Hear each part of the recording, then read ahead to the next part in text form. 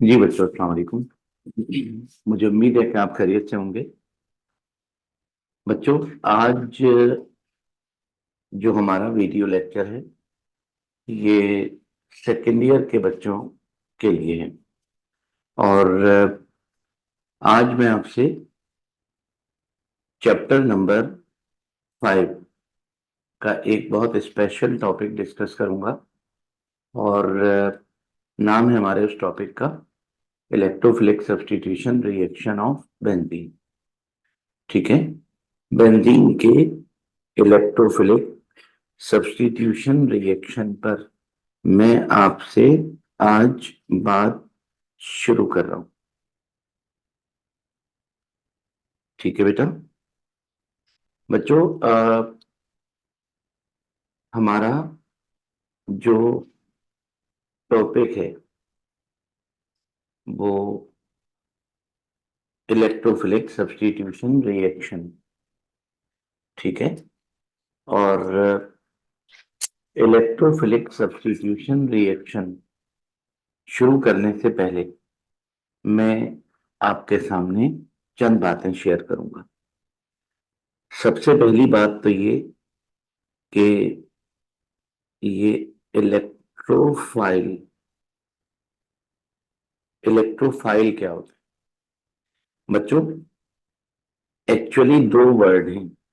एक है इलेक्ट्रो।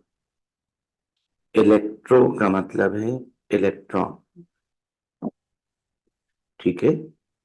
और फाइल फाइल का मतलब है लवर।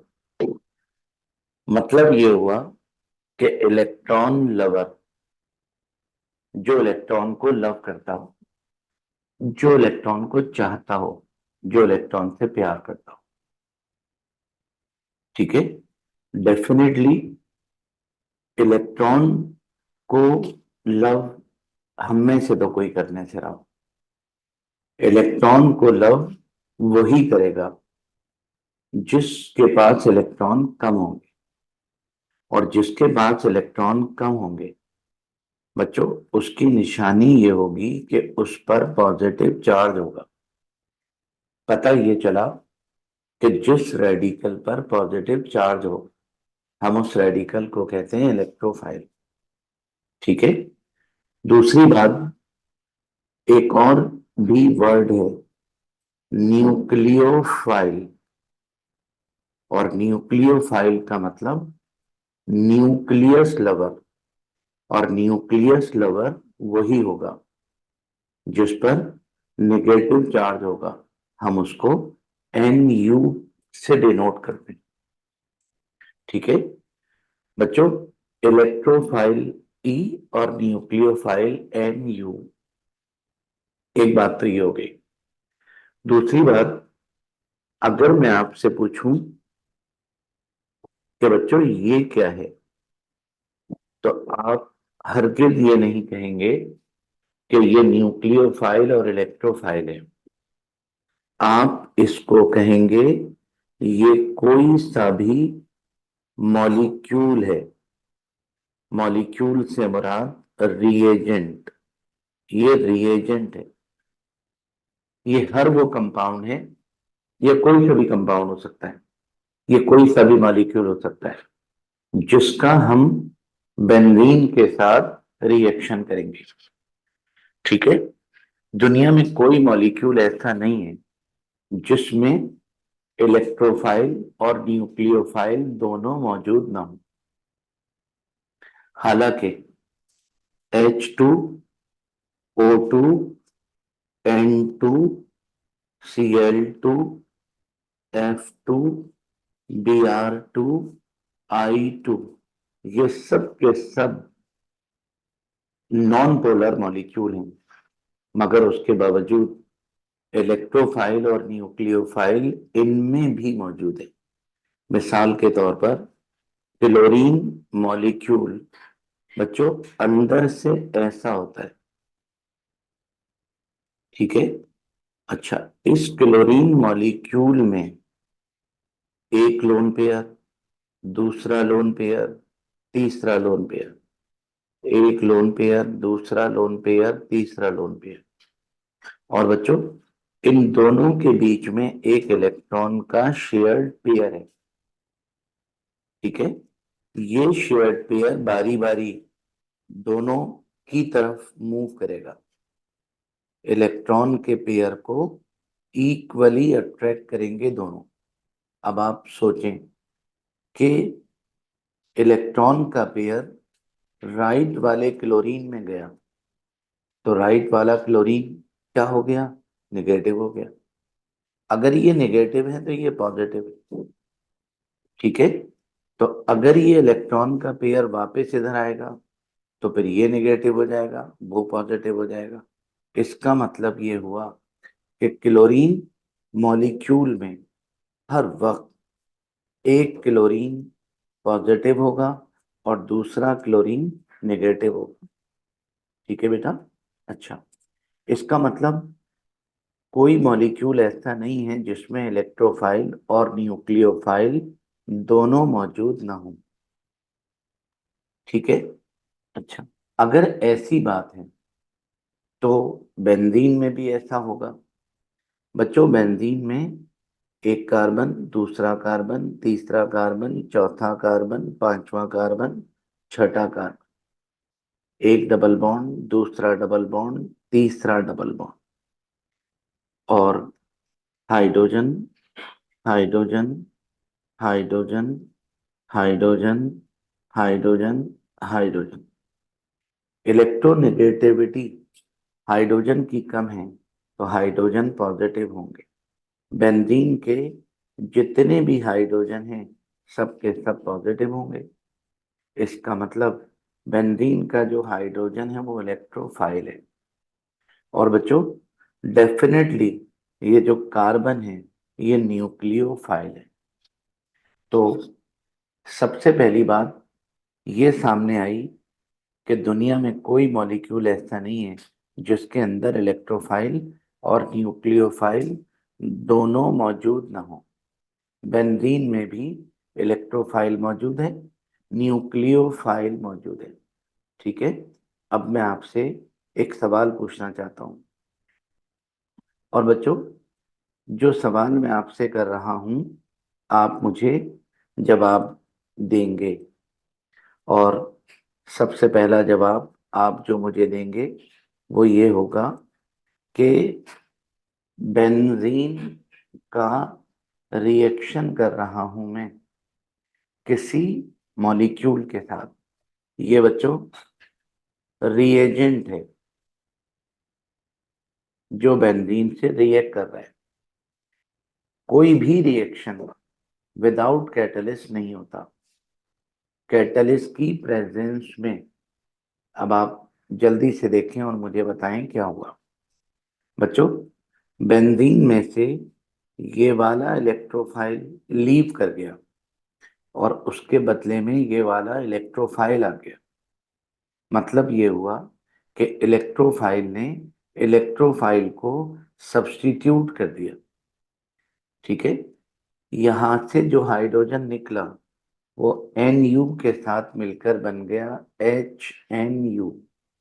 अब प्रोडक्ट हमारा तैयार हो गया। इस पूरे रिएक्शन को अगर आप गौर करें तो इसमें इलेक्ट्रोफाइल इलेक्ट्रोफाइल से सब्स्टिट्यूट हुआ है। इसीलिए हम कहते हैं कि दो substitution reaction in which an electrophile is substituted by another electrophile are called electrophilic substitution reaction। तो बच्चों एक जनरल इलेक्ट्रोफिलिक सब्स्टिट्यूशन आपके सामने मौजूद है, ठीक है। पेपर में हमें इसका मैकेनिज्म देना होता है। तो बच्चों आज मैं आपसे इसके मैकेनिज्म पर बात करूंगा। ये जो रिएक्शन आपके सामने लिखा हुआ है इसके मैकेनिज्म के बच्चों 3 स्टेप्स होते हैं, जिनमें से पहले स्टेप का नाम है जनरेशन ऑफ इलेक्ट्रोफाइल।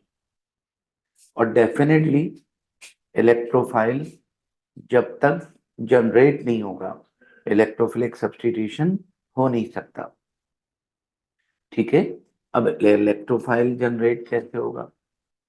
बच्चों इलेक्ट्रोफाइल के लिए आपको करना ये होगा, आपको करना ये होगा कि एक बीकर लें, बीकर में बेंजीन भरें और उसमें डाल दें कैटलिस्ट।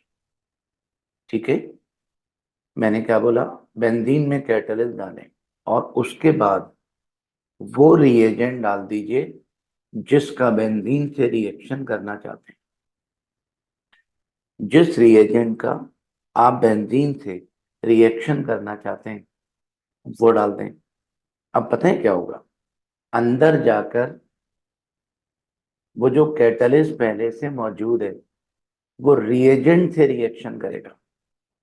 ठीक है, और रिएजेंट से रिएक्शन कर कर इलेक्ट्रोफाइल जनरेट करेगा। आइए मैं आपको बताता हूं कि इलेक्ट्रोफाइल जनरेट कैसे होगा। बच्चों electrophile is generated by the reaction of catalyst with the reagent। ये वो reagent है जिसका आप बेंजीन से रिएक्शन करवाना चाह रहे हैं कैटलिस्ट की प्रेजेंस में। बच्चों कैटलिस्ट इस रिएजेंट को ब्रेक करेगा और रिएजेंट का जो भी निगेटिव होगा वो कैटलिस्ट के साथ बॉन्ड बना लेगा और कैटलिस्ट न्यूक्लियोफाइल को लेकर निकल गया। अब मुझे बताइए बैकएंड पर क्या बाकी बचा, इलेक्ट्रोफाइल। ठीक है, तो बेंजीन के अंदर कैटलिस्ट ने रिएजेंट से रिएक्शन कर लिया, न्यूक्लियोफाइल कैटलिस्ट के साथ चला गया और इलेक्ट्रोफाइल की फॉर्मेशन हो गई। ठीक है बच्चों, इलेक्ट्रोफाइल की फॉर्मेशन हो गई। अब असल मैकेनिज्म स्टार्ट होगा।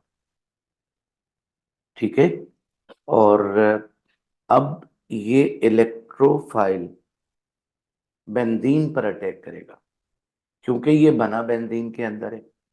याद रखिएगा ये भी वहीं पर मौजूद है, आखिर में इसका भी काम होना है। ठीक है, अब बच्चों इसके बाद फॉर्मेशन ऑफ एरिनियम आयन, एरिनियम आयन की फॉर्मेशन होगी। कैसे होगी ये बात आपने ध्यान से सुननी है। ठीक है, देखें बच्चों, electrophile attack on pi system, electrophile attack करेगा पाई सिस्टम पर ऑफ बेंजीन। मतलब इलेक्ट्रोफाइल बेंजीन के पाई बॉन्ड पर अटैक करेगा।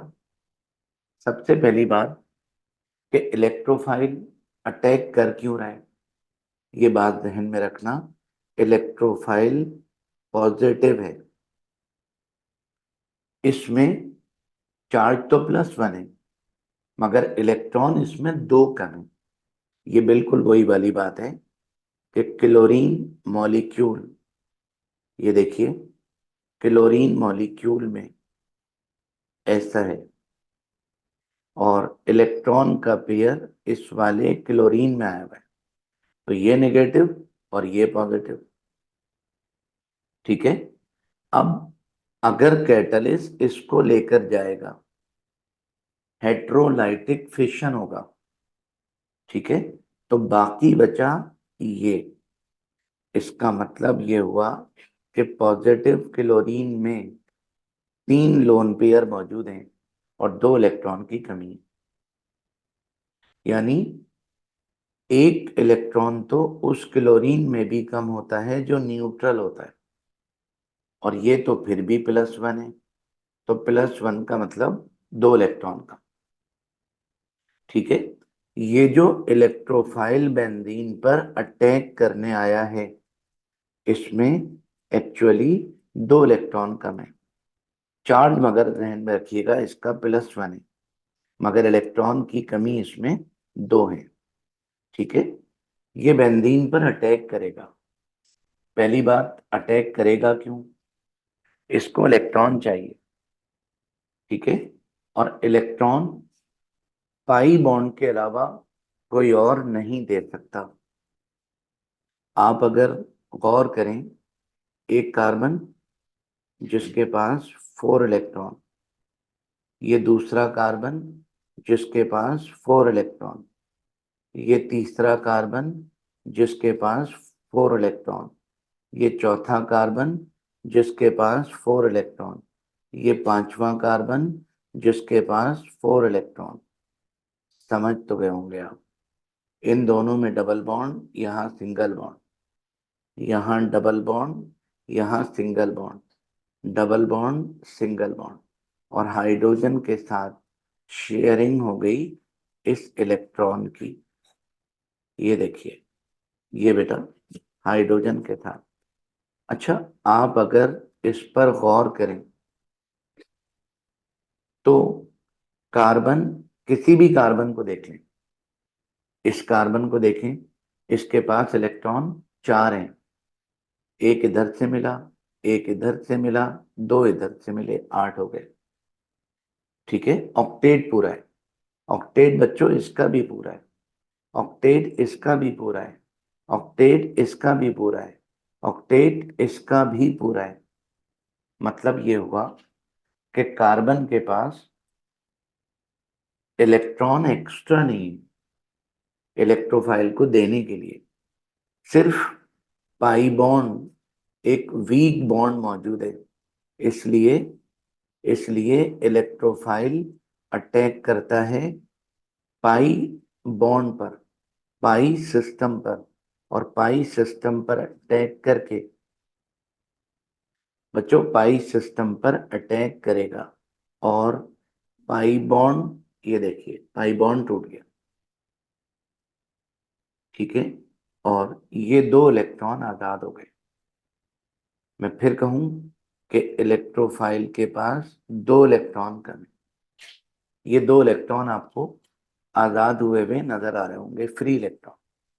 ठीक है, इनमें से एक इलेक्ट्रॉन इलेक्ट्रोफाइल ने ले लिया।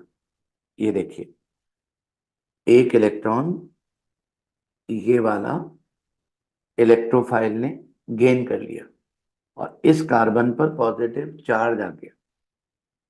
इसका मतलब ये हुआ कि इलेक्ट्रोफाइल पर जो पॉजिटिव चार्ज था वो खत्म हो गया। अब इसके अंदर इतनी ताकत नहीं है, इसके अंदर इतनी पावर नहीं है कि ये दूसरे इलेक्ट्रॉन को भी निकाल दे। ठीक है, अब क्या होगा, ये जो इलेक्ट्रोफाइल है ये दूसरे कार्बन के इलेक्ट्रॉन से शेयर हो गया। बच्चों, एक कार्बन से इलेक्ट्रॉन निकाला और दूसरे कार्बन के साथ शेयरिंग कर ली। ओके, ये एक आयन बन गया। बच्चों, ये एक आयन बन गया। इस आयन को हम कहते हैं कार्बोकैटाइन। कार्बोकैटाइन यानी कार्बोनियम आयन। ठीक है, अच्छा, अब अगली बात सुने मेरी। बच्चों, अगली बात, अब इसके बाद क्या होगा, इसके बाद बच्चों ये जो 3 पाई इलेक्ट्रॉन थे जो डीलोकेलाइज हो रहे थे, उनमें से एक तो ब्रेक हो गया और एक बाकी बचा। एक पाई बॉन्ड ब्रेक हो गया, 2 पाई बॉन्ड बाकी बचे। ठीक है, अब ये दोनों पाई बॉन्ड डीलोकेलाइज होंगे, लेकिन एक साथ। लेकिन हम तो डेफिनेटली एग्जाम में एक एक करके ही इनको हटाएंगे। ठीक है, तो मैं आपको दिखाना चाहता हूं कि ये पाई इलेक्ट्रॉन किस तरह, ये देखिए, आप अगर गौर करें बच्चों, ये आपने एक एरो बनाया, इसका मतलब है कि ये वाला पाई इलेक्ट्रॉन पेयर ये रोटेट हो रहा है, डीलोकेलाइज हो रहा है। ठीक है, और डीलोकेलाइज होकर ये देखें ऊपर चला गया। ठीक है, अच्छा, ये जो पॉजिटिव चार्ज था, पॉजिटिव चार्ज का मतलब इलेक्ट्रॉन की कमी पूरी हो गई। अब इलेक्ट्रॉन की कमी पूरी तो हो गई, लेकिन जहां से पाई बॉन्ड गया पॉजिटिव चार्ज वहां पर आ गया। ठीक है। अच्छा, ये हम एक एक करके दिखा रहे हैं, मगर एक एक करके होता नहीं है। अच्छा, अब ये वाला पाई बॉन्ड रोटेट होगा, और जब ये वाला पाई बॉन्ड रोटेट होगा तो ये देखिए पाई बॉन्ड नीचे आ गया और पॉजिटिव चार्ज ऊपर चला गया। ठीक है बच्चों, ये जो पूरा सिस्टम है इसको कहते हैं पाई कॉम्प्लेक्स। ठीक है, जो ऊपर एक लाइन लिखी हुई है, the electrophile attack on pi system. Electrophile ने पाई सिस्टम पर अटैक कर दिया और benzene to form a carbocation. Carbocation, carbocation, carbocation बन गया। और कार्बोकैटाइन को हम कहते हैं एरीनियम आइन। ये बच्चों एरीनियम आइन फॉर्म हो गया। ठीक है। अच्छा, आधा काम हो गया, आधा काम बाकी है। अब सवाल ये पैदा होता है कि आधा काम कौन सा हो गया। इलेक्ट्रोफाइल एरोमेटिक रिंग में एंटर हो गया। इलेक्ट्रोफाइल एरोमेटिक सिस्टम में एंटर हो गया। अब क्या होगा, अब उसके बदले में इलेक्ट्रोफाइल का निकलना बाकी रह गया। तो मैं आपको दिखाता हूं कि अब इलेक्ट्रोफाइल किस तरह रिमूव होगा। बच्चों, इन दिस अटैक, ये जो अटैक आपके सामने मौजूद है, in this attack one carbon atom become sp3। आप अगर आप अगर गौर करें तो एक कार्बन ऐसा है जिसमें सिंगल बॉन्ड है, और कार्बन में अगर सिंगल बॉन्ड हो तो sp3 हाइब्रिडाइजेशन होती है, डबल बॉन्ड हो तो sp2 होती है, ट्रिपल बॉन्ड हो तो sp होती है। ठीक है, ये बात ओके हो गई। तो एक कार्बन sp3 हाइब्रिडाइज है, hence aromaticity of benzene has lost. Benzene की एरोमेटिसिटी खत्म। मतलब अब ये जो एरीनियम आयन बना है, अब इस पर हक्कल रूल अप्लाई नहीं होगा। हक्कल रूल अप्लाई जब होता है जब ऑल्टरनेट सिंगल और डबल बॉन्ड हो। तो double bond single bond, double bond single bond, फिर सिंगल बॉन्ड। इसका मतलब एरोमेटिक कैरेक्टर बेंजीन का, बच्चों एरोमेटिक कैरेक्टर बेंजीन का लॉस हो गया। ठीक है। अच्छा, अब इसके बाद एब्स्ट्रक्शन ऑफ प्रोटॉन, प्रोटॉन की एब्स्ट्रक्शन होगी।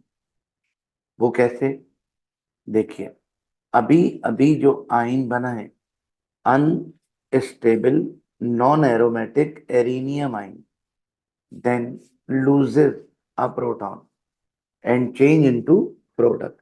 आप अगर गौर करें तो ये वो अनस्टेबल एरीनियम आयन आपके सामने मौजूद है जो अभी अभी बना था। ठीक है, अब बताइए इसमें आप अगर गौर करें तो ये जो हाइड्रोजन है इसमें कार्बन और हाइड्रोजन के दरमियान एक एक इलेक्ट्रॉन की शेयरिंग हुई है। एक इलेक्ट्रॉन एक इलेक्ट्रॉन का पेयर इन दोनों के बीच में मौजूद है, जो एक बार हाइड्रोजन में, एक बार कार्बन में, एक बार हाइड्रोजन में, एक बार कार्बन में रोटेट होगा। ठीक है। अच्छा, ये देखिए इलेक्ट्रॉन का पेयर ये वापस आया, हाइड्रोजन में से निकलकर इलेक्ट्रॉन का पेयर कार्बन में आया। ठीक है। अच्छा, अब बदले में हाइड्रोजन पॉजिटिव हो गया, हाइड्रोजन बच्चों पॉजिटिव हो गया। अच्छा, अब ये हाइड्रोजन इस इलेक्ट्रॉन के पेयर को वापस खींचेगा। नीचे वाला कार्बन सोचेगा मौका अच्छा है, फायदा उठा लो, ये इसको नीचे की तरफ खींचेगा। हाइड्रोजन ऊपर और कार्बन नीचे। अब जल्दी से बताइए, जीतता वही है जिसकी पावर ज्यादा हो। तो ये जो कार्बन है ना, ये इस इलेक्ट्रॉन के पेयर को अपनी तरफ खींच लेगा।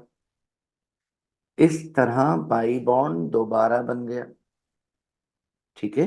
और हाइड्रोजन में इलेक्ट्रॉन चूंकि वापस नहीं गया, इसलिए हाइड्रोजन का बॉन्ड टूट गया और प्रोडक्ट हमें हासिल हो गया। ये जो H पॉजिटिव निकला है प्रोटॉन, ये इसके साथ मिलकर बन जाएगा HNu।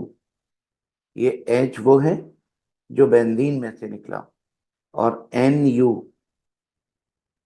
ये उस रिएजेंट का है, और कैटलिस्ट अपना काम करके अलग हो गया। ठीक है बच्चों, तो पता ये चला कि प्रोडक्ट की फॉर्मेशन हो गई और इलेक्ट्रोफिलिक सब्स्टिट्यूशन कंप्लीट हो गई। ठीक है बेटा, ये जनरल मैकेनिज्म है इलेक्ट्रोफिलिक सब्स्टिट्यूशन रिएक्शन का। ये जनरल मैकेनिज्म है। ओके, इसको अच्छी तरह से याद करिएगा। और ऐसा होने के बाद in this stage aromaticity of benzene is restored. Benzene की एरोमेटिसिटी रेस्टोर्ड हो गई। ठीक है बच्चों, some important electrophilic substitution reaction. Nitration. बच्चों नाइट्रेशन पर बात करनी है। नाइट्रेशन का मतलब बेंजीन का नाइट्रोजन के साथ रिएक्शन नहीं, बल्कि बेंजीन का नाइट्रिक एसिड के साथ रिएक्शन। बेंजीन नाइट्रिक एसिड से रिएक्ट करता है।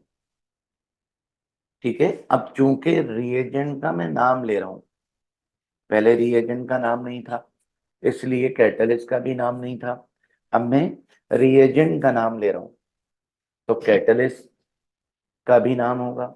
नाइट्रिक एसिड से रिएक्ट होगा और सल्फ्यूरिक एसिड कैटलिस्ट का काम करेगा।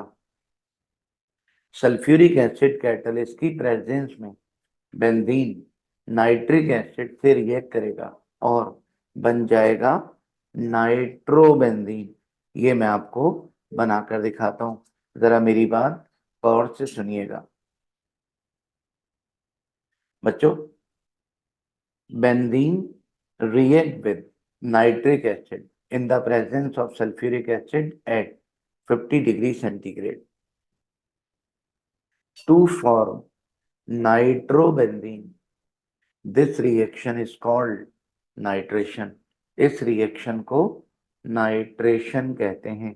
ये देखिए, benzene plus nitric acid sulphuric acid की प्रेजेंस में नाइट्रो बेंजीन बन गया। ठीक है बेटा, नाइट्रिक एसिड में से NO2 निकल गया, बाकी बचा OH। बचने वाला OH यहां से जो H निकला उसके साथ मिलकर बन गया H2O। अब आपने जाना है इसके मैकेनिज्म की तरफ। बच्चों, in this reaction one hydrogen of benzene is replaced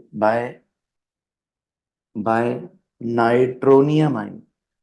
nitronium आइन से रिप्लेस हो गया हाइड्रोजन।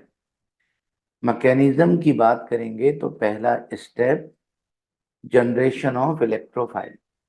एक बात बच्चों ध्यान में रखिएगा कि नाइट्रिक एसिड ऐसा होता है HO और NO2, OH negative NO2 positive.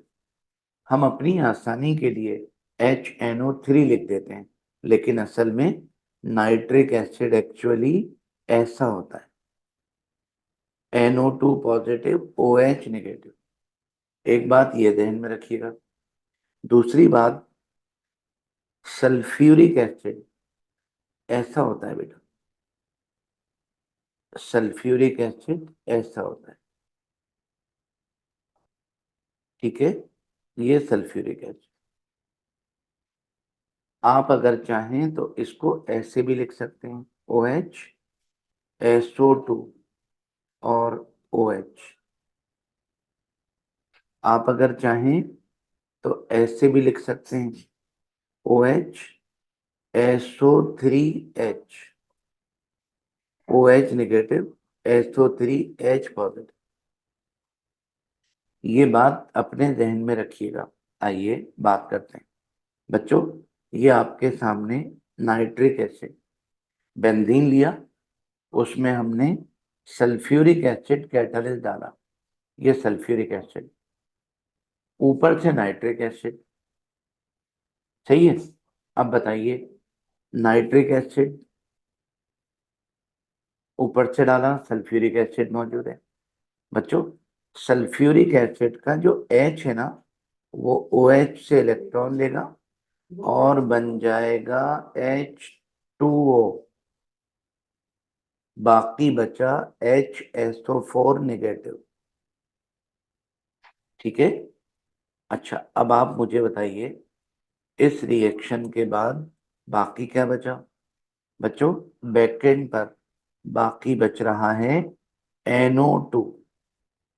NO2 positive, इसको कहते हैं नाइट्रोनियम आयन इलेक्ट्रोफाइल।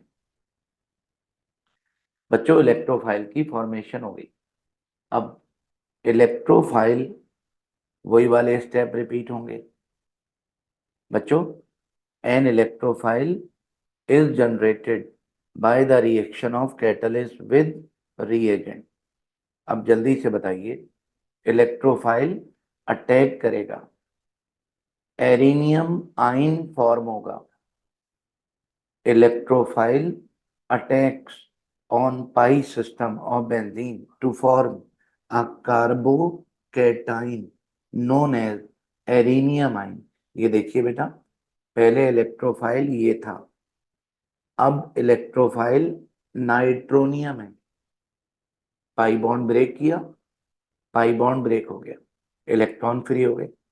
एक इलेक्ट्रॉन को इलेक्ट्रोफाइल ने निकाला, गेन किया, पॉजिटिव हो गया, दूसरे के साथ शेयरिंग कर ली, ये बन गया कार्बोकैटाइन। अब बच्चों, पाई बॉन्ड डीलोकेलाइज हुआ, पाई बॉन्ड ऊपर चला गया, पॉजिटिव चार्ज नीचे आ गया। दूसरा पाई बॉन्ड डीलोकेलाइज हुआ तो पॉजिटिव चार्ज ऊपर चला गया और डबल बॉन्ड नीचे आ गया। इसको कहते हैं सिग्मा कॉम्प्लेक्स। जी बेटा, अब बताइए अब क्या होगा? बच्चों, in this attack one carbon of benzene become sp3 hybridization, and hence aromaticity of benzene has lost। Aromaticity खत्म हो गई, एरोमेटिसिटी लॉस्ट हो गई।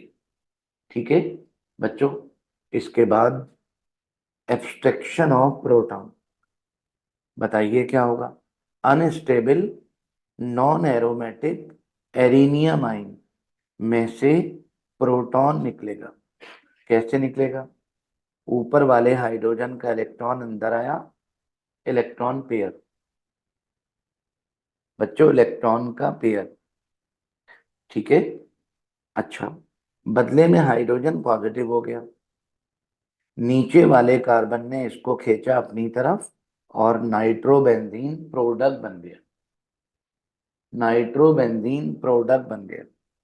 H निकला, HSO4 से मिलकर H2SO4, यानी कैटलिस्ट दोबारा बन गया, प्रोडक्ट हमें हासिल हो गया और एरोमेटिसिटी रेस्टोर हो गई। बेंजीन की एरोमेटिसिटी बच्चों रेस्टोर हो गई। इस तरह नाइट्रेशन का मैकेनिज्म कंप्लीट हुआ। अब आप मुझे ये बताइए, अगर नाइट्रेशन करें हम टोलुइन की, बच्चों अगर नाइट्रेशन करें हम टोलुइन की, तो टोलुइन की नाइट्रेशन करेंगे तो बच्चों सिमिलर टू बेंजीन, बिल्कुल उसी मैकेनिज्म के through toluene also undergoes nitration, but product is a mixture of ortho and para nitrotoluene. बच्चों, चूंकि ये ऑर्थो पैरा डायरेक्टर है, इसलिए 66.66% ऑर्थो नाइट्रोटोलुएन बना, 33.33% पैरा नाइट्रोटोलुएन बना। तो बेंजीन की नाइट्रेशन करते हैं तो नाइट्रोबेंजीन बनता है, टोलुएन की करते हैं तो ऑर्थो नाइट्रोटोलुएन और पैरा नाइट्रोटोलुएन बनता है। ठीक हो गया, आगे चलते हैं बच्चों। अगली जो बात करनी है वो सल्फोनेशन है। सल्फोनेशन से मुराद बेंजीन रिएक्ट करता है सल्फ्यूरिक एसिड के साथ 50 to 60 डिग्री पर और बनता है सल्फोनिक बेंजीन, यानी बेंजीन सल्फोनिक एसिड। तो बच्चों, benzene react with sulphuric acid at 50 to 60 degree to form benzene sulfonic acid. This reaction is called sulfonation. बच्चों, ये देखिए, हीट करते हैं जब, तो ये सल्फ्यूरिक एसिड टूटकर अपना सल्फोनिक ग्रुप दे देता है, बाकी बचता है OH। निकलने वाला H OH से मिलकर बन जाता है H2O, सल्फोनिक बेंजीन हमें ऑब्टेन हो गया। सल्फोनेशन नाम है इस रिएक्शन का। इस रिएक्शन को हम कहते हैं सल्फोनेशन। ये बात ओके कर रहे हैं? चले अगली बात सुने। और बच्चों, अगली जो बात आपसे करनी है वो ये करनी है कि this reaction may also be carried out at room temperature. ये रिएक्शन रूम टेम्परेचर पर भी हो सकता है अगर फ्यूमिंग सल्फ्यूरिक एसिड इस्तेमाल करें। बच्चों, फ्यूमिंग सल्फ्यूरिक एसिड उसको कहते हैं दैट कंटेन एडेड SO3, जिसमें SO3 ऐड हुआ हुआ हो।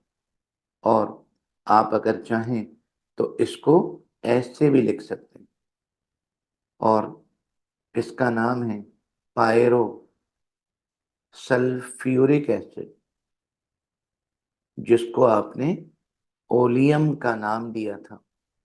आज उसी को हम कह रहे हैं फ्यूमिंग सल्फ्यूरिक एसिड। आज उसी को हम फ्यूमिंग सल्फ्यूरिक एसिड कह रहे हैं। बच्चों, अगर फ्यूमिंग सल्फ्यूरिक एसिड के साथ रिएक्शन करेंगे तो रूम टेम्परेचर पर रिएक्शन हो जाएगा। ये देखिए, ये रहे फ्यूम्स और ये सल्फ्यूरिक एसिड, ये बन गया फ्यूमिंग सल्फ्यूरिक एसिड। ठीक है, और रूम टेम्परेचर है ये बन गया बेंजीन सल्फोनिक एसिड। ठीक है बेटा, बारी है इसके मैकेनिज्म की। और इसके मैकेनिज्म का जो पहला स्टेप है वो वही है, क्या बच्चों? Generation of electrophile. होता ये है, ये रहा फ्यूमिंग सल्फ्यूरिक एसिड। ठीक है, बेंजीन में जब इसको ऐड करेंगे तो ये जो फ्यूम्स हैं, ये इलेक्ट्रॉन का पेयर OH को दे H को देकर बच्चों ये दोनों मिलकर बन जाएगा HSO3H और बाकी बचेगा HSO4। तो इसका मतलब ये हुआ कि फ्यूमिंग सल्फ्यूरिक एसिड ने इलेक्ट्रोफाइल फॉर्म कर दिया। ठीक है बेटा, एन इलेक्ट्रोफाइल ब्रैकेट में लिख भी दिया, is generated by the reaction of catalyst with reagent. Electrophile की फॉर्मेशन हो गई। अब क्या होगा? अब इलेक्ट्रोफाइल पाई सिस्टम पर अटैक करेगा और कार्बोकैटाइन यानी एरिनियम आइन बनेगा। ये बच्चों इलेक्ट्रोफाइल ने अटैक किया, पाई बॉन्ड ब्रेक हो गया। ठीक है, एक इलेक्ट्रॉन को इलेक्ट्रोफाइल ने ले लिया, कार्बोकैटाइन बन गया, दूसरे के साथ शेयरिंग हो गई। ठीक है, ये कार्बोनियम या कार्बोकैटाइन बन गया। अब क्या होगा? अब बच्चों इलेक्ट्रॉन डीलोकेलाइज हुआ, सेम वही सिस्टम। इलेक्ट्रॉन डीलोकेलाइज हुआ, पाई बॉन्ड ऊपर चला गया, पॉजिटिव चार्ज नीचे आ गया। दूसरा, पाई बॉन्ड डीलोकेलाइज हुआ, पॉजिटिव चार्ज ऊपर चला गया, और सिग्मा कॉम्प्लेक्स हमने इसको नाम दिया। अब इसके बाद क्या होगा बेटा? प्रोटॉन की एब्स्ट्रक्शन होगी, एरोमेटिसिटी खत्म, एक कार्बन sp3, एरोमेटिक कैरेक्टर खत्म, प्रोटॉन की एब्स्ट्रक्शन होगी। ये देखिए, ये वही unstable non aromatic arenium ion, hydrogen ने इलेक्ट्रॉन कार्बन को दिया, हाइड्रोजन पॉजिटिव हो गया, नीचे वाले कार्बन ने इसको अपनी तरफ खींचा और सल्फोनिक बेंजीन बन गया। बच्चों ये वाला प्रोटॉन निकला, HSO4 से रिएक्ट हुआ और बन गया H2SO4, और बेंजीन की एरोमेटिसिटी बहाल हो गई, एरोमेटिक कैरेक्टर रेस्टोर हो गया। इस मैकेनिज्म को अपने रजिस्टर में लिख लीजिएगा। नेक्स्ट बच्चों, अगली जो बात है वो है सल्फोनेशन ऑफ टोलुइन। टोलुइन की जब सल्फोनेशन करते हैं तो बच्चों टोलुइन ऑर्थो पैरा डायरेक्टर है। सल्फोनेशन करेंगे तो दो प्रोडक्ट बनेंगे, ऑर्थो सल्फोनिक फिनोल और पैरा सल्फोनिक फिनोल। ये बात अपने ध्यान में रखिएगा, अगले रिएक्शन पर बात करते हैं। ठीक है बच्चों, और अगला रिएक्शन हमारा ये रहा, हेलोजिनेशन। बच्चों आपने मैट्रिक में पढ़ा था, एक एसिड होता है जिसको कहते हैं लुईस एसिड। ठीक है, लुईस एसिड उसको कहते हैं जो इलेक्ट्रॉन के पेयर को गेन करता है, और बच्चों लुईस बेस उसको कहते हैं जो इलेक्ट्रॉन के पेयर को लूज करता है।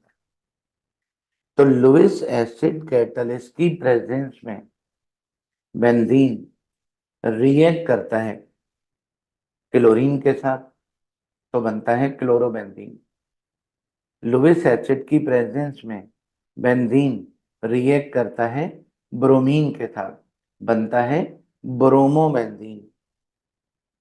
लुईस एसिड की प्रेजेंस में बेंजीन क्लोरीन से रिएक्ट होता है तो क्लोरोबेंजीन, ब्रोमीन से रिएक्ट होगा तो ब्रोमोबेंजीन। बट अच्छा, आयोडीन से रिएक्ट करेगा तो iodobenzene. But iodine does not give good yield, मतलब आयोडीन से हमें बच्चों, आयोडीन से हमें ईल्ड अच्छा नहीं मिलता। पढ़ के सुना दीजिए। बेंजीन रिएक्ट विद क्लोरीन और bromine in the presence of Lewis acid to form chlorobenzene or bromobenzene, but iodine does not give good yield. This reaction is called halogenation.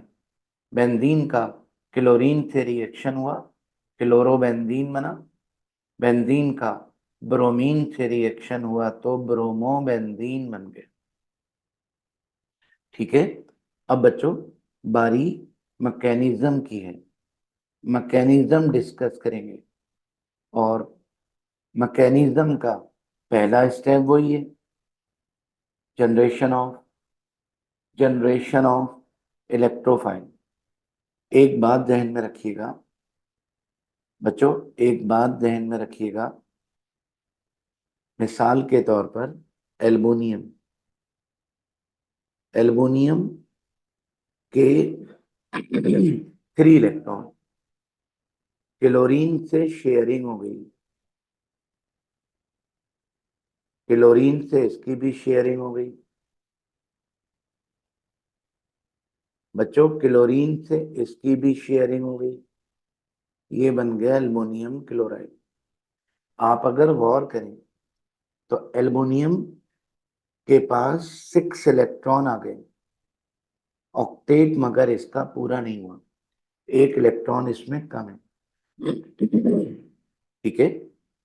Benzene में जब हम एल्युमिनियम क्लोराइड डालकर ऊपर से जब chlorine gas pass करेंगे तो क्लोरीन में एक क्लोरीन पॉजिटिव है और एक नेगेटिव।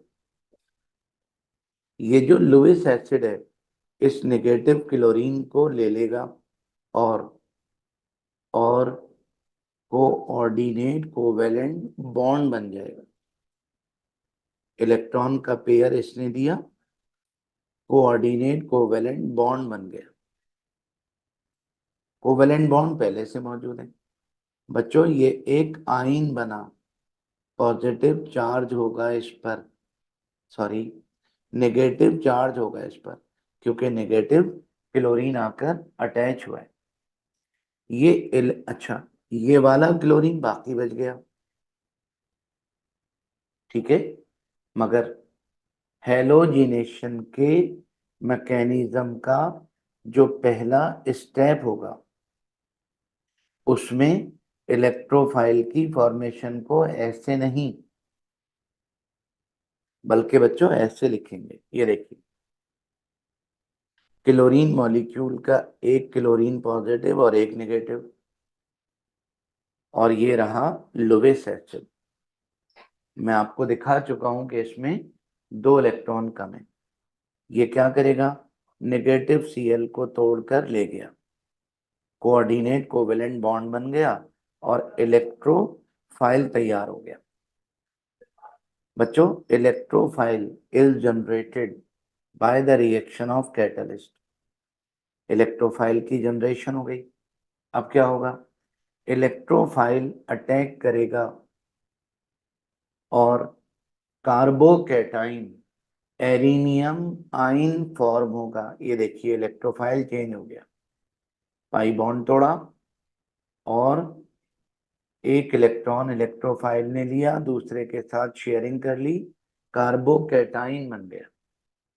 बच्चों इस कार्बोकैटाइन में ये देखिए डीलोकेलाइजेशन हुई, पाई इलेक्ट्रॉन ऊपर गए, पॉजिटिव चार्ज नीचे आ गया, दूसरा डीलोकेलाइज हुआ और सिग्मा कॉम्प्लेक्स बन गया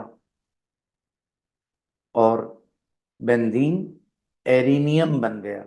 यानी एक कार्बन ऐसा है जिसमें sp3 हाइब्रिडाइजेशन है, यानी एरोमेटिसिटी हैज लॉस्ट। अब क्या होगा बेटा, अब प्रोटॉन एब्स्ट्रक्शन ऑफ प्रोटॉन, जी ये देखिए एरिनियम आइन, और ये तो मौजूद था जब इलेक्ट्रोफाइल की फॉर्मेशन हुई थी। बच्चों हाइड्रोजन का इलेक्ट्रॉन आया, हाइड्रोजन पॉजिटिव हो गया, नीचे वाले कार्बन ने इसको गेन किया और प्रोडक्ट तैयार हो गया क्लोरोबेंजीन। ठीक है। प्रोटॉन टूटकर एच प्रोटॉन निकला, क्लोरीन को निकालकर HCl और कैटलिस्ट हमारा हमें वापस मिल गया, एरोमेटिसिटी रेस्टोर हो गई। बच्चों इसको देखकर आप ब्रोमीनेशन का मैकेनिज्म तैयार करेंगे। जहां जहां Cl है वहां वहां Br लगा देंगे। लेकिन क्लोरीनेशन अगर टोलुइन की करें, हेलोजिनेशन अगर टोलुइन की करें, तो बच्चों हमें 2 प्रोडक्ट मिलते हैं, ऑर्थोक्लोरोटोलुइन, पैराक्लोरोटोलुइन। ठीक है। ये बात जरूर तैयार कीजिएगा। बात करूंगा मैं आपसे फ्रेडल क्राफ्ट अल्काइलेशन। बच्चों बेंजीन का रिएक्शन कर रहा हूं अल्काइल हैलाइड के साथ लुईस एसिड की प्रेजेंस में, और अल्काइल हैलाइड के तौर पर ये भी ले सकता हूं। ठीक है, यहां पर भी लुईस एसिड काम करेगा। बताओ बच्चों क्या होगा? ये हैलोजन लुईस एसिड ले जाएगा और बेंजीन में हाइड्रोजन निकलकर उसकी जगह आ जाएगा अल्काइल, तो ये बन गया अल्काइल बेंजीन। और अगर मिथाइल क्लोराइड से रिएक्शन करेंगे तो बच्चों मिथाइल आ गया और ये बन गया मिथाइल बेंजीन यानी टोलुइन। अब आप मुझे बताइए कुछ ऐसी वर्डिंग इस्तेमाल करें जिसमें ये दोनों रिएक्शन कवर हो जाएं। कैसे करोगे? बेंजीन, जी बेटा, benzene react with an alkyl halide, bracket में लिख देंगे CH3Cl in the presence of Lewis acid to form alkyl benzene और ब्रैकेट में toluene. This reaction is called, बच्चों इस रिएक्शन को हम कहते हैं अल्काइलेशन या फ्रीडल क्राफ्ट अल्काइलेशन। जी बेटा, पढ़कर सुनाइए बच्चों, पढ़कर सुनाइए। Benzene react with an alkyl halide, bracket में CH3Cl in the presence of Lewis acid as catalyst to form an alkyl benzene यानी toluene. This reaction is called, बच्चों this reaction is called alkylation और Friedel craft alkylation. बच्चों benzene की इस alkylation को Friedel craft alkylation कहते हैं। Lewis acid, पहले एल्युमिनियम क्लोराइड लिया था, अब ये वाला ले लिया और ये टोलुइन बन गया। H यहां से निकला, Cl से मिलकर HCl। इस रिएक्शन को हम कहते हैं फ्रीडल क्राफ्ट अल्काइलेशन या सिंपली अल्काइलेशन। बच्चों इसके मैकेनिज्म की तरफ जाना है और मैकेनिज्म का पहला स्टेप बताओ बेटा। पहले स्टेप में क्या होगा? बेंजीन लेंगे और बेंजीन में डालेंगे लुईस एसिड, ऊपर से रिएजेंट, और रिएजेंट कौन है? Methyl chloride. बताओ बेटा, ये नेगेटिव Cl कैटलिस्ट गेन कर लेगा और बाकी बचेगा इलेक्ट्रोफाइल।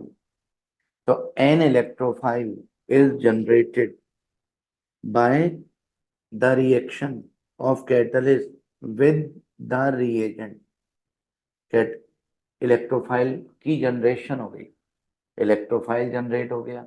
अब बेटा एरिनियम आइन इलेक्ट्रोफाइल अटैक करेगा, कार्बोकैटाइन बनेगा यानी एरिनियम आइन बनेगा और मैकेनिज्म वही होगा, पाई बॉन्ड टूटा, ठीक है, एक इलेक्ट्रॉन इलेक्ट्रोफाइल ने गेन कर लिया, पॉजिटिव चार्ज आ गया, दूसरे के साथ शेयरिंग हो गई और ये बन गया कार्बोकैटाइन। पाई इलेक्ट्रॉन डीलोकेलाइज हुआ, पॉजिटिव चार्ज नीचे, पाई बॉन्ड ऊपर, पाई इलेक्ट्रॉन पेयर डीलोकेलाइज हुआ, बॉन्ड नीचे और चार्ज ऊपर, और ये बन गया सिग्मा कॉम्प्लेक्स। ओके बेटा, इसमें एक कार्बन सिंगल बॉन्ड है इसलिए sp3 हाइब्रिडाइजेशन होगी। अब क्या होगा? प्रोटॉन एब्स्ट्रैक्ट होगा। बच्चों अनस्टेबल नॉन एरोमेटिक एरिनियम क्या करेगा? हाइड्रोजन का इलेक्ट्रॉन अंदर आया, हाइड्रोजन पॉजिटिव हो गया और कार्बन ने इसको खींचकर टॉलुएन बना दिया, H पॉजिटिव निकला, क्लोरीन से मिलकर HCl और कैटलिस्ट रिफॉर्म हो गया। ऐसा करने से बेंजीन रिंग बच्चों रेस्टोर हो गया। ठीक है, चलें इसको नोट कर लीजिएगा अपने पास। अगर यही काम फ्रीडल क्राफ्ट अल्काइलेशन अगर टॉलुएन की करें, ठीक है, तो बच्चों मिक्सचर मिलेगा हमें 3 प्रोडक्ट का। ऑर्थो, ऑर्थो पर आया मिथाइल, दूसरे में पेंटा पर आया, तीसरे में पैरा पर आया। ऑर्थो प्रोडक्ट सबसे ज्यादा, पैरा प्रोडक्ट उससे कम, क्योंकि ये ऑर्थो पैरा डायरेक्टर है। कुछ प्रोबेबिलिटी मेटा पर अटैक करने की भी है, इसलिए 3 प्रोडक्ट बनते हैं, अल्काइलेशन करते हैं टॉलुएन की तब। ओके बेटा, बात करूंगा मैं आपसे फ्रीडल क्राफ्ट एसाइलेशन। बच्चों आप अगर गौर करें, बेंजीन और ये रहा एसाइल और ये एसाइल हैलाइड, लुईस एसिड की प्रेजेंस में बेंजीन रिएक्ट कर रहा है एसाइल हैलाइड के साथ। बच्चों हाइड्रोजन निकला और एसाइल आ गया, ये देखिए, और ये बन गया एसाइल बेंजीन। अगर मैं एसाइल हैलाइड ये वाला ले लूं, ओके, ये वाला एसाइल हैलाइड, अब बताओ बेटा क्या होगा? Cl को ले जाएगा लुईस एसिड और बेंजीन पर अटैक कर देगा। कौन? एसाइल। एसाइल ने अटैक कर दिया। बच्चों ये बन गया एसीटोफिनोन। ओके, इस रिएक्शन को कहते हैं फ्रीडल क्राफ्ट एसाइलेशन। अब आप मुझे जवाब दीजिए, इसको देखकर आप बोलेंगे कैसे?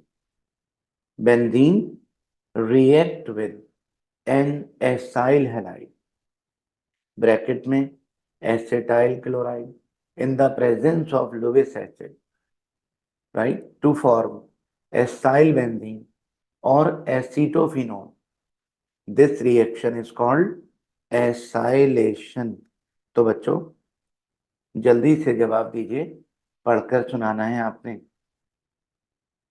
बेंजीन react with, बच्चों benzene react with acyl halide, acyl halide, यहां पर एसाइल हैलाइड आपने ब्रैकेट में लिख दिया, in the presence of Lewis acid as catalyst to form acyl benzene यानी acetophenone. This reaction is called acylation और Friedel Crafts acylation. ठीक है बेटा, इस रिएक्शन को एसाइलेशन कहते हैं। और पूछा जाए कि फ्रीडल क्राफ्ट रिएक्शन लिखें, तो फ्रीडल क्राफ्ट रिएक्शन एक नहीं है, 2 हैं। एक फ्रीडल क्राफ्ट अल्काइलेशन और एक फ्रीडल क्राफ्ट एसाइलेशन। चलते हैं बच्चों इसके मैकेनिज्म की तरफ। जी बताइए क्या होगा? मैकेनिज्म में सबसे पहले इलेक्ट्रोफाइल फॉर्म करेंगे, बेंजीन लेकर उसमें डालेंगे कैटलिस्ट, ऊपर से एसिटाइल क्लोराइड। बताओ बेटा क्या होगा? नेगेटिव Cl को ले जाएगा लुईस एसिड, FeCl4 नेगेटिव बन गया, और एसाइल इलेक्ट्रोफाइल। ओके बेटा, कार एसाइल इलेक्ट्रोफाइल बन गया। अब क्या होगा? अब इलेक्ट्रोफाइल अटैक करेगा पाई सिस्टम पर, कार्बो कैटाइन बनेगा। ये देखिए, पाई बॉन्ड ब्रेक हुआ, एक इलेक्ट्रॉन इलेक्ट्रोफाइल ने ले लिया और दूसरे के साथ शेयरिंग, ये बन गया कार्बोकैटाइन, एरिनियम आइन। पाई इलेक्ट्रॉन डीलोकेलाइज हुए, पॉजिटिव चार्ज नीचे आ गया और बॉन्ड ऊपर चला गया। फिर दूसरा पाई इलेक्ट्रॉन डीलोकेलाइज हुआ और बच्चों ये बन गया सिग्मा कॉम्प्लेक्स। ओके, अब क्या होगा? एक इलेक्ट्रॉन सिंगल बॉन्ड वाला है, यानी sp3 हाइब्रिडाइजेशन है। मतलब ये हुआ कि सिग्मा कॉम्प्लेक्स बनने से एरोमेटिसिटी खत्म हो गई। अब क्या होगा बेटा? अब एरिनियम आइन, नॉन एरोमेटिक अनस्टेबल एरिनियम आइन प्रोटॉन लूज करेगा। ये देखिए बच्चों, हाइड्रोजन में से प्रोटॉन, हाइड्रोजन में से इलेक्ट्रॉन निकलकर अंदर आया, हाइड्रोजन पॉजिटिव हो गया, नीचे वाले कार्बन ने इसको खींचकर एसीटोफिनोन बना दिया। प्रोटॉन निकला FeCl4 से मिलकर FeCl3 बन गया और प्रोडक्ट हमारा ऑब्टेन हो गया। एरोमेटिक कैरेक्टर रेस्टोर हो गया, एरोमेटिसिटी रेस्टोर हो गई। ठीक है बेटा, इसको कहते हैं mechanism of Friedel Crafts acylation. लेकिन अगर हमें यही काम बच्चों टॉलोविन का करना हो, अटैकिंग इलेक्ट्रोफाइल, अटैकिंग इलेक्ट्रोफाइल ये रहा, which is produced by the reaction of acyl chloride with Lewis acid, acylation of toluene, acylation of toluene give only para product। बच्चों ये देखिए, इसकी पैरा की प्रोबेबिलिटी सबसे ज्यादा है और पैरामीथाइल एसीटोफिनोन तैयार हो गया। ये बच्चों एसाइलेशन टॉलोविन की है, इसको एडिटिव तैयार कर लीजिएगा। सही। और ये क्वेश्चन है, इसको आपने करना है और इसके साथ ही बच्चों हमारी बुक के न्यूक्लियोफिलिक सब्स्टिट्यूशन रिएक्शन कंप्लीट होते हैं विद मैकेनिज्म। इनकी बहुत अच्छी सी तैयारी कर लीजिएगा, इनको देखकर, बार बार देखकर बात समझिएगा और एक दफा अपनी कॉपी में नोट डाउन कर लीजिएगा। ठीक है बेटा, अपना बहुत ख्याल रखिएगा। इंशाल्लाह अगली वीडियो में मुलाकात होगी। अल्लाह हाफिज।